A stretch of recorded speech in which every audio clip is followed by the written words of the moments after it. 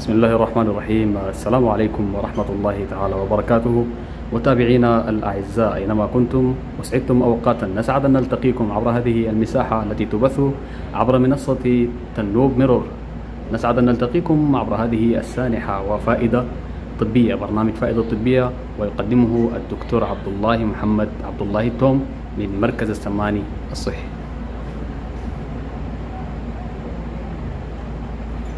بسم الله الرحمن الرحيم، والصلاة والسلام على سيدنا محمد وعلى آله وصحبه وسلم. شرف جدا إنه أكون ضمن الفرصة اللي أتيحت لي دي. إن شاء الله الناس تحصل لها فائدة كويسة بإذن الله. شكرا جزيلا، ونحن أسعد بكل تأكيد. دكتور عبد الله محمد عبد الله التوم، وللأوطان في دم كل حر يد سلفت، ودين مستحق وضريبة لابد من أن يؤديها الإنسان. وأنت الآن يعني بينك وبين أهلك ليس هناك حجاب، يعني مساحة وأنت وسط أهلك في تنوب أن تقدم فائدة طبية وخدمة طبية عبر مركز السماني الصحي. خلينا نخش في الموضوع ونسأل سؤال از جنرال. حابب تقول شنو من المعلومات اللي ممكن يستفيدوا منها الناس من فائدة طبية عامة على المستوى العام يعني؟ طيب، الفوائد اللي ممكن الناس منها تستفيد منها بصورة عامة، خصوصا يعني في الجزيرة حاجة ملاحظة أنا لاحظتها هنا. مشكلة الزراعة. ففي مرض نحن بنسميه بنقول عليه المايستوم أو المادورة. المادورة هو مرض فطري، فهو كان منتشر في الجبارف كسلة والمناطق المتاخمة لها، فكان في الجزيرة يعني ما في، أو حتى إنه نسب العيانين اللي بتجينا من الجزيرة بسيطة جدا.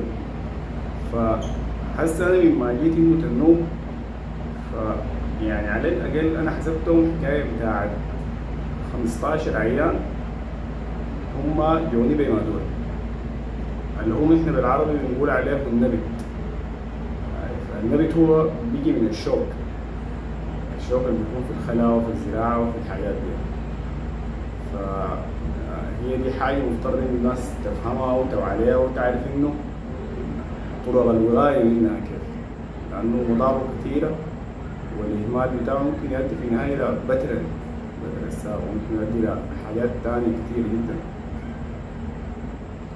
في نفس السياق، هي دي حاجة مهمة بالتأكيد، ويجب إنه الناس تراعي إليها، وبننصح الناس إنه ترتدي أحذية يعني مناسبة لأجواء الزراعة والخلاء على وجه العموم، بحيث إنه الناس ما تتعرض لطعنة الشوك، وزي ما ذكرت يا دكتور إنها ممكن تسبب نبيت، وممكن تؤدي لحاجات أكبر من التشريح الصغير، ممكن تمشي لبتر لجزء من الساق والرجل وأكثر من كده. ففي على نفس الصعيد، يعني نفس صعيد الزراعة، في الناس اللي بيمشوا الزراعة دي في حاجة اسمها الموية بيسقوا بها الزراعة، يعني الواحد بيضطر يعني يخش في الموية برجله كده.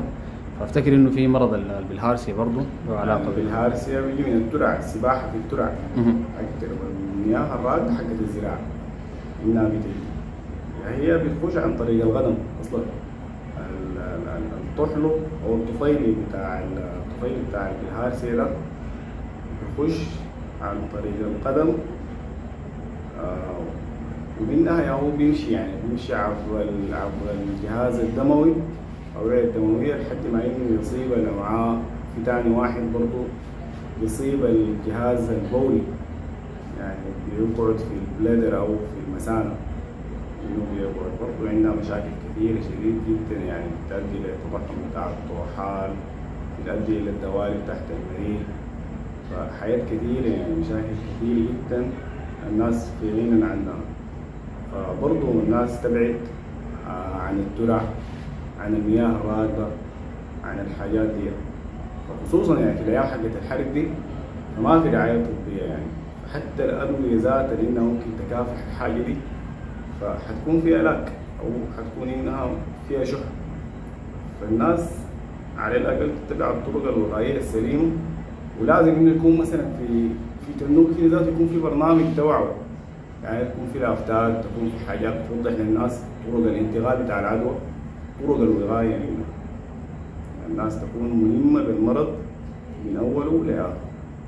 هي مناشدة لكل المنظمات الحقوقية في المنطقة بحيث انها يعني تنشط في مجال التوعية عبر لسان الدكتور محمد عبد الله التوم.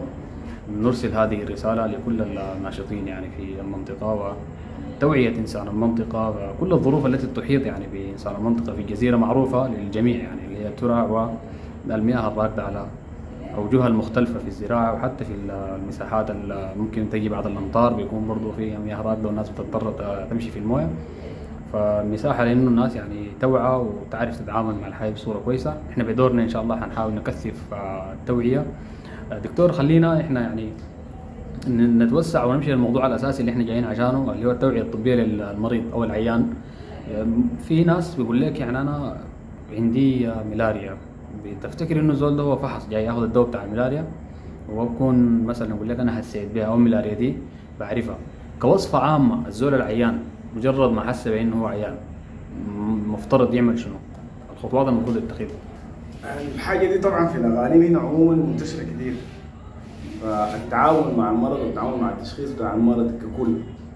فأي زول بيشخص مرضه براو، أي زول هو عارف مرضه يعني غير الملاريا. يعني حاجات كتيرة جدا يعني هم الناس فما بيحبوا إنه الدكتور يتدخل فيها. يعني حتى في التصرف بتاع العلاج في ناس بيقول لك لا بس اللي تديني العلاج الفلاني، العلاج بينفع مع الزول ذاك انا ما بينفع معي. حاجه كتير انا واجهتني في تنوب هي ده، لكن يعني انا كنت قاعد اصد لها وما قاعد ارضاها يعني، حتى انه مرات بتعامل مع الناس بحسب تام يعني. فبالنسبه للملاريا ما في زول انه بيعرف ملاريته براو. الامراض دي كلها الاعراض حقتها بتتداخل مع بعض. فممكن العيان يكون عنده الوز بتعمل نفس أعراض الملاريا، ممكن يكون في تايفويد نفس أعراض الملاريا. فحاجات كثيرة يعني احنا لو مسكنا الأمراض ككل بتتداخل مع بعض، اللي هي بتعمل الطمام، الحمى، الحاجات دي. فكون إنه العيان يجي ويقابل الطبيب ده هو في النهاية بيشيل منك التاريخ المرضي وبيعمل لك الكشف السريري. فنحن من خلال التاريخ المرضي والكشف السريري بنمرق بكذا سسبكت او كذا يعني توقع احنا بنطلع به. ففي النهايه اللي بيحسن لنا الحاجات دي اللي هو الفحوصات.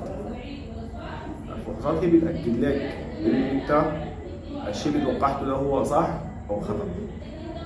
فمنها انت بتمرق بالتشخيص السليم، ومنها بتدي العيان العلاج اللي بيكون ناجع له والعلاج اللي هو بيقدر يستفيد منه.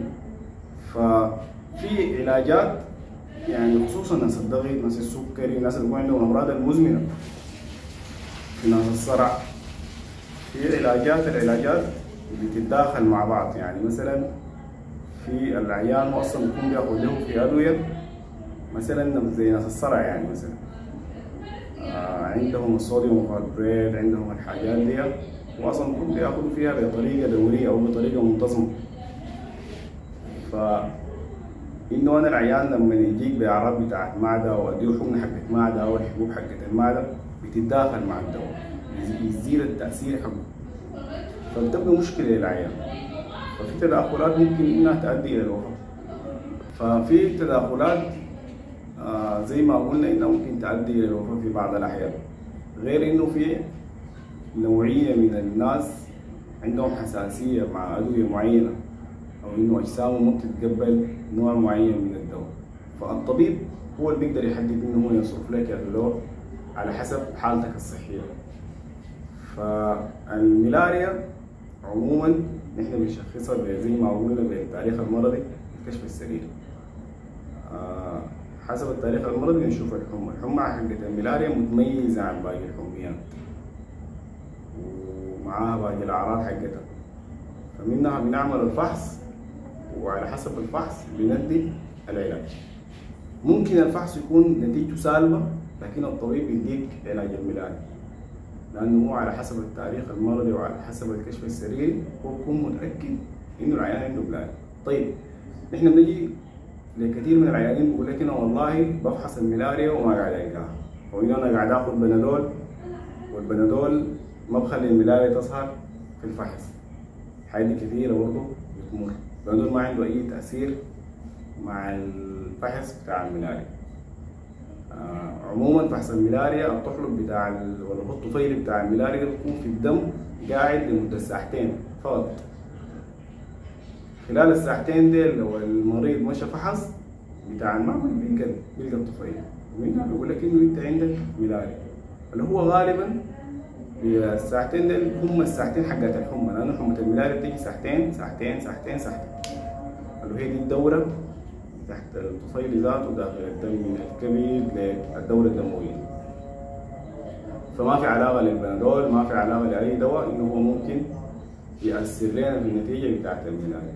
نرجع ونقول انه ما في زول بيعرف ملاريا ده ولا، فلازم زول يقابل الطبيب، لازم يعمل الفحص حقه حتى إن الطبيب يقرر يا يديه علاج الملاريا أو يكون في سبب ثاني غير الملاريا. طبعا فائدة واضحة لكل الناس اللي بيتابعونا عبر المنصة، منصة النوب ميرور. نحن سعيدين في الحلقة دي إنه قدرنا أخذنا من الدكتور عبد الله محمد عبد الله التوم معلومات نعتقد إنها ممكن تفيد كثير من الناس اللي بيتابعونا. في ختام الحلقة دي نحن حنلاقيكم تاني في حلقات جاية كثير إن شاء الله، وفوائد طبية كثيرة بإذن الله من مركز السماني هنا ومن المركز الأوسط وكمان من المركز النوب الرئيسي. في الختام يا دكتور حابب توجه رسالة للناس اللي بيتابعونا عبر منصة النوب ميرور؟ والله أنا رسالة حابة أوجهها لأهلنا السنوب عموما. أنا شوية كده بظروف حقت الدراسة وظروف العمل كنت بعيد يعني أهلنا في تنوب. هو تنوب دي أصلا هي أهل أبوي، فسبحان الله يعني ربنا إنه بيجيب حاجات لخير. فالحرب أو ظرف الحرب هو خلاني أعرف الناس، أقرب منهم أكتر، أعرفهم عن قريب. فدايما بقول لهم إنه أنا قبل الحرب ما زي بعد الحرب، وإن شاء الله نكون في تنوب وما ننقطع بإذن الله. وكل الخير بتمناه لأهلنا في تنوب هنا، وربنا يجزاهم كل الخير. ومهما قدمنا لهم ومهما عملنا لهم لسه يعني دينهم كثير. شكرا جزيلا. شكرا جزيلا دكتور، وشكرا جزيلا لكل الناس اللي وصلوا معنا لنهاية الحلقة. لحد ما نلاقيكم تاني، ابقوا عافية في أمان الله.